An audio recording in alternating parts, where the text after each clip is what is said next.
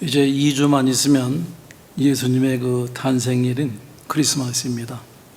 참 세월이 빠릅니다. 새로운 교회가 클립사이드 팍에 둥지를 튼 지도 벌써 1년이 되었습니다. 우리들에게도 1년이 정말 금방 지나갔습니다.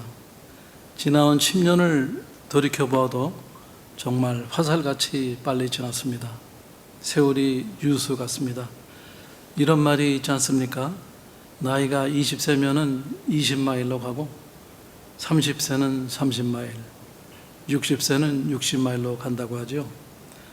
예수님은 영원한 삶을 사시니 천년이 하루 같거나 찰나같이 느껴질 수도 있을 것입니다. 예수님은 영원 전부터 계셨습니다. 예수님의 나이가 얼마가 되는지 우리들은 모릅니다. 그러나 우리들이 알고 있는 예수님의 탄생으로 기준으로만 보아도 2023마일로 달리시고 있는 것입니다. 인류의 역사가 약 6천년이라고 합니다. 아담으로부터 노아의 죽음까지가 10대로 2000년이고 노아 이후 예수님까지가 2000년, 예수님 이후 오늘까지가 2000년 해서 6000년이 됩니다. 생물학계의 그 최대 성과는 휴먼 제놈 프로젝트입니다. 2003년에 인류의 DNA를 다 읽어서 인간의 유전자 지도를 작성했습니다. 이 과정에서 밝혀진 사실은 인류는 피부색이나 살고 있는 지역과 상관이 없이 모두 같은 DNA를 가진 것으로 확인이 되었습니다. 이는 성경에 기록되었듯이 아담과 하와를 시존하는 인류는 한 혈통인 것을 밝혀준 것입니다. 2004년에는 세계 최고의 그 과학지인 네이처지에 가계를 기준으로 연구 발표된 인류 조상에 대한 모델링 결과 인류의 조상이 약 5천년 전 169세대 전이었다고 합니다. 그리고 이 연구의 결과는 아무리 오차가 크다 하더라도 몇 세대 이상은 날 수가 없다고 못을 박았습니다. 이제 6천년은 우리 인류의 기원으로부터 지금까지 역사인 것이 확인이 되었습니다. 그러니 예수님의 속도는 최소한도 6천마일은 되시는 것 같습니다. 천년이 하루가 같다는 말씀이 이제 이해가 됩니다. 9절 말씀입니다. 주의 약속은 어떤 이들이 더디다고 생각하는 것처럼 더딘 것이 아니요 주님의 약속은 다시 오시겠다는 재림의 약속입니다. 예수님은 십자가에서 죽음을 당하시고 3일 만에 부활하시고 또 부활하신 지 40일 만에 승천을 하셨습니다. 예수님은 제자들에게 성령을 보내주실 것과 성령이 임하면 권능을 받고 예루살렘과 유다와 사마리아와 땅끝까지 이르러 내 증인이 되리라고 말씀하시고 감람산에서 제자들이 보는 가운데 승천을 하셨습니다. 예루살렘 성 동쪽 감람산 정상에는 예수님의 승천교회가 있습니다. 예수님이 승천하실 때 발자국에 남겨진 승천바위를 중심으로 AD 390년 로마의 귀족 포이메니아가 거기다 교회를 세웠습니다. 예수 그리스도의 승천을 상징하기 위해 벽만 있고 지붕은 없는 구조로 내부에서 하늘이 보이게 되었습니다. 그러나 페르시아의 공격으로 파괴가 되고 또 재건이 되었습니다. 또 AD 1099년에는 이집트에 의해 다시 파괴가 됩니다. 1152년 십자군이 교회를 재건하고 또 1198년 이슬람 군대가 예루살렘을 점령한 후에는 교회 건물의 천장에 둥근 도움을 씌워서 이슬람 사원으로 개조를 했습니다.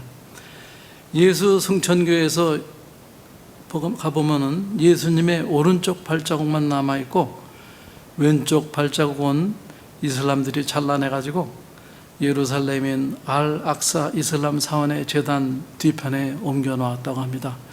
이슬람들은 그 예수님의 흔적을 지우려고 굉장히 노력을 많이 해요. 구름에 쌓여 올라가는 예수님을 놀라서 바라보는데 천사들이 말합니다. 하늘로 승천하신 예수님은 하늘로 올라가심을 본 그대로 오시리라. 예수님은 다시 오시겠다고 제자들에게 직접 말씀을 하시기도 하셨습니다. 요한복음 13장 말씀입니다. 작은 자들아, 내가 잠시 너희와 함께 있겠노라. 너희가 나를 찾을 것이나 일찍이 내가 유대인들에게 너희는 내가 가는 곳에 올 수 없다고 말한 것과 같이 지금 너희에게 이르노라. 이때 시몬 베드로가 말합니다. 주여, 어디로 가시나이까? 예수님이 대답하시되 내가 가는 곳에 내가 지금은 따라올으나 후에는 따라오리라. 베드로가 이르되 주여, 내가 지금은 어찌하여 따라갈 수 없나이까? 너희는 마음에 근심하지 말라. 하나님을 믿으니 또 나를 믿으라. 내 아버지 집에 거할 곳이 많도다. 그렇지 않으면 너희에게 일렀으리라. 내가 너희를 위하여 거처를 예비하러 가노라. 가서 너희를 위하여 거처를 예비하면 내가 다시 와서 너희를 내게 영접하여 나 있는 곳에 너희도 있게 하리라. 예수님이 부활하신 후 함께 지내기도 하고 승천하신 것을 눈앞에서 본 제자들은 성령을 받고 권능을 받았습니다. 제자들은 예수님의 재림에 대한 아주 확고한 확신이 생겼습니다. 제자들은 자신들이 살아있는 동안 예수님이 다시 오리라고 기대를 했지만 예수님은 오시지 않았습니다. 예수님의 재림으로 구속의 역사가 완성이 되고 하나님의 나라가 이 땅에 세워지고 교회는 완전해질 것입니다. 새하늘과 새 땅이 되어야 되는데 현실에서는 로마의 네로 황제의 핍박이 날로 더욱 심해져 갑니다. 베드로도 얼마 안 가 순교를 하게 됩니다.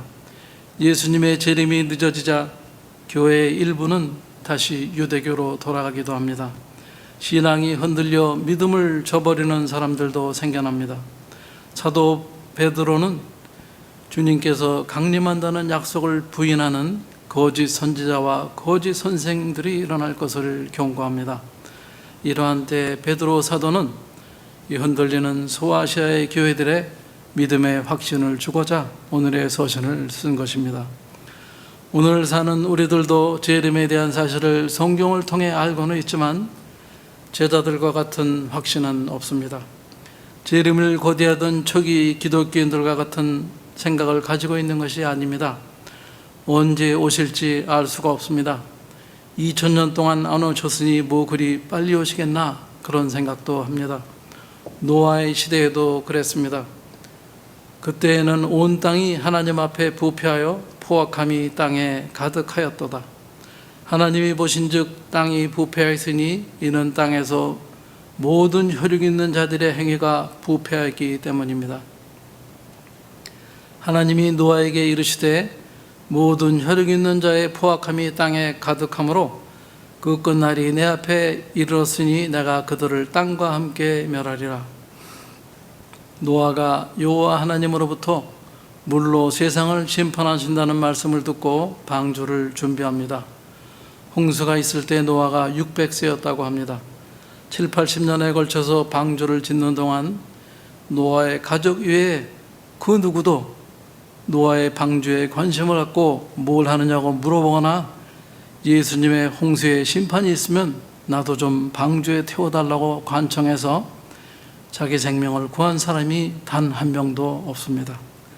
하나님의 심판에는 전혀 관심이 없는 세상입니다. 소돔과 고모라의 사람들도 심판에는 관심이 없었습니다.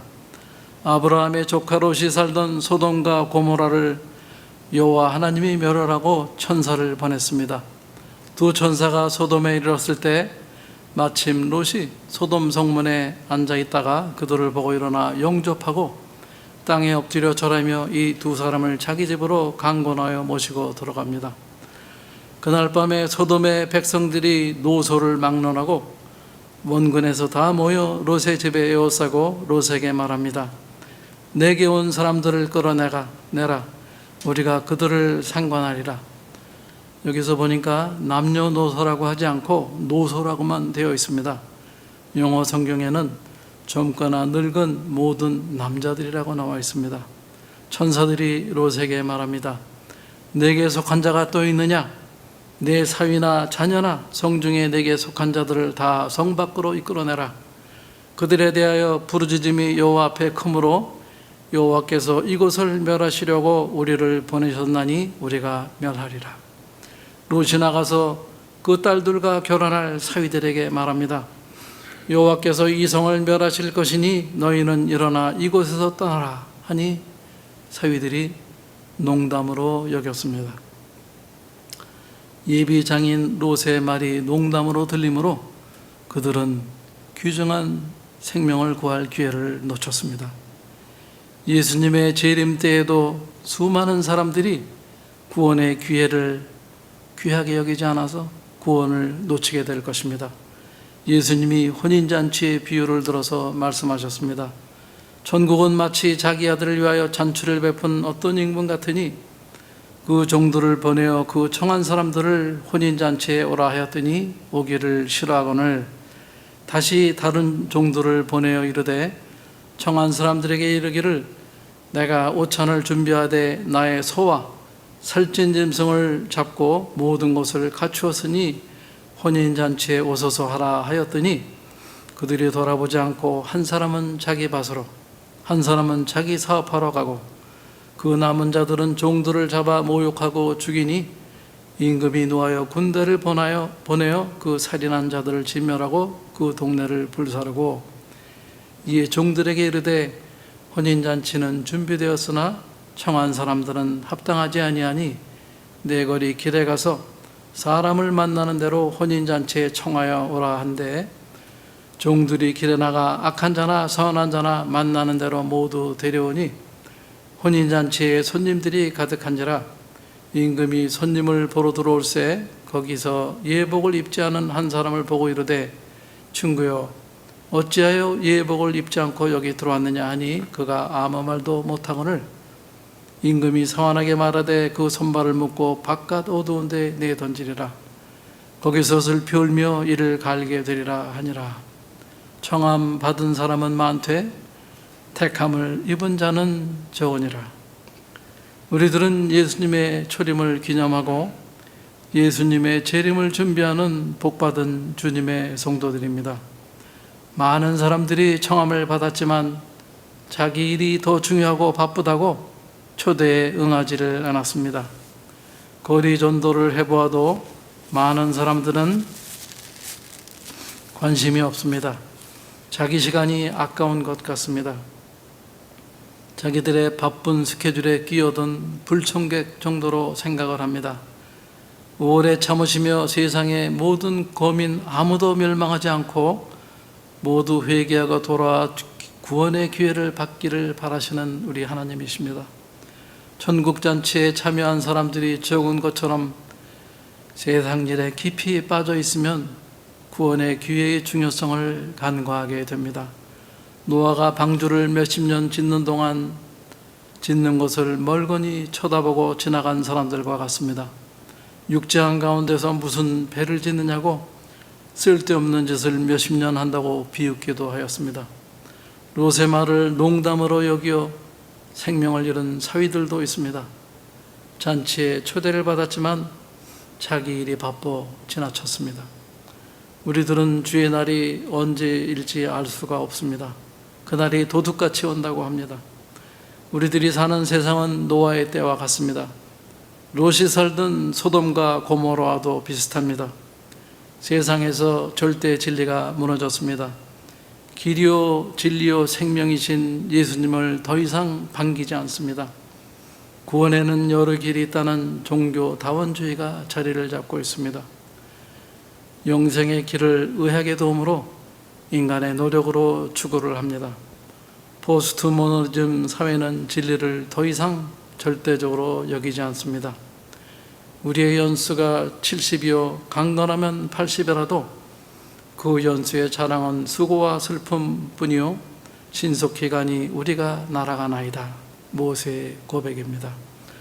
노아의 홍수 이전 인간의 수명, 노아의 홍수 이후에 인간의 수명은 급격히 줄어들게 됩니다. 홍수 전에는 700세, 800세, 900세를 살았습니다. 최근에는 노아의 종말을 추구하는 사업들이 활발하게 활동을 하고 있습니다. 현대의학은 노화를 질병의 차원에서 바라보고 있습니다. 데이비드 싱클레어라는 하버드 의대 유전학 교수가 있습니다. 그는 노화의 정보 이론을 연구했습니다. 우리 몸에는 40개 조의 세포와 2만 개의 DNA가 있다고 합니다. 데이비드 싱클레어 교수는 세포의 노화는 후천성 유전체 정보 손실이라는 이론을 발견했습니다.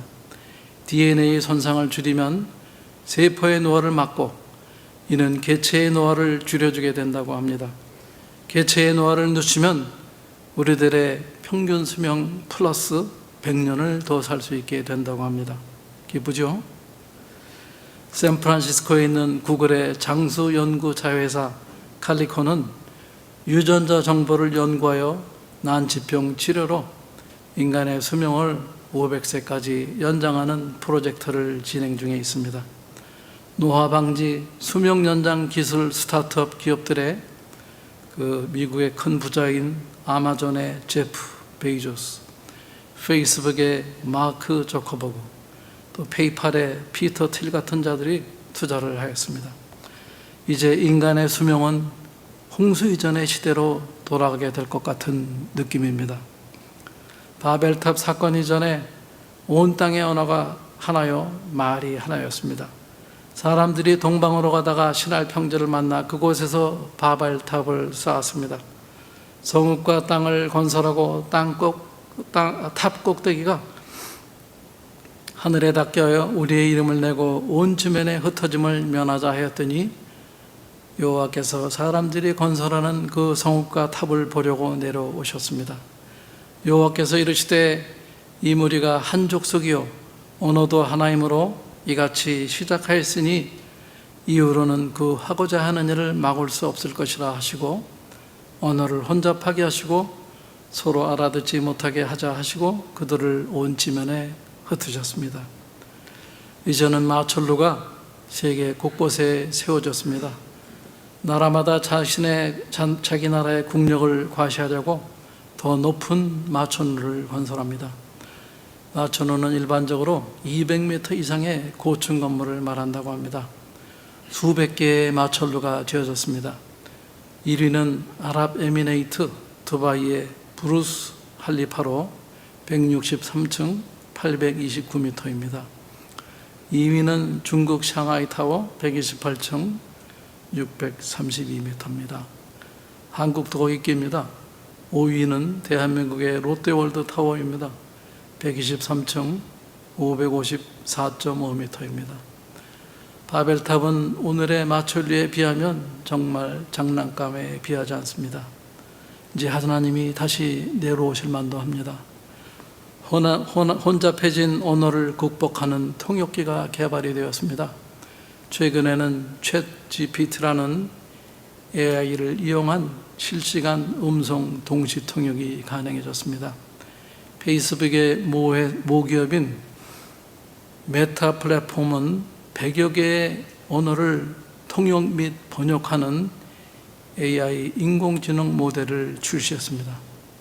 이제 100개국의 언어를 우리는 자유자재로 할 수가 있게 된 것입니다.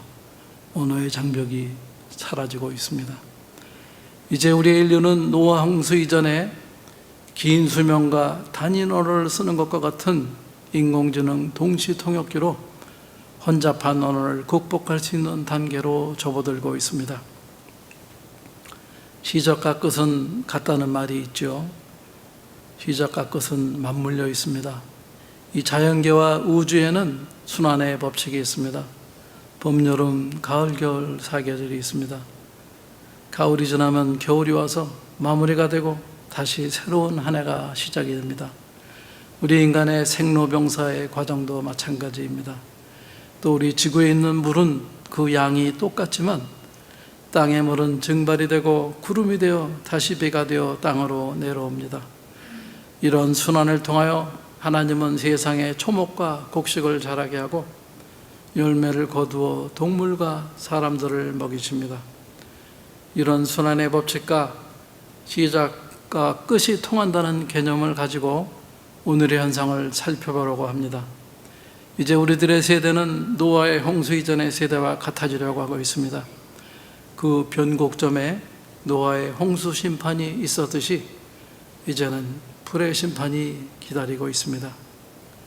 인간의 노력으로 이러한 일들이 이루어지기를 바라지 않으시는 여호와 하나님은 예수님의 재림을 통하여 자신을 드러내실 것입니다. 하나님의 날이 임하기를 바라고 간절히 사모하라. 그 날이 하늘이 불에 타서 풀어지고 물질이 뜨거운 불에 녹아지려니와 우리는 그의 약속대로 의가 있는 곳인 새하늘과 새 땅을 바라보리라. 12절 말씀입니다. 새하늘과 새 땅이 오려면 지금 있는 곳들이 다 불에 타고 녹아져야 합니다. 마치 불의 홍수와 같습니다. 모든 것이 불에 녹아 흐르게 될 것입니다. 이사야서 65장에는 새하늘과 새 땅을 예언합니다. 보라, 내가 새하늘과 새 땅을 창조하나니 이전 것은 기억되거나 마음에 생각나지 아니할 것이라. 너희는 내가 창조하는 것으로 말미암아 영원히 기뻐하며 즐거워할지니라.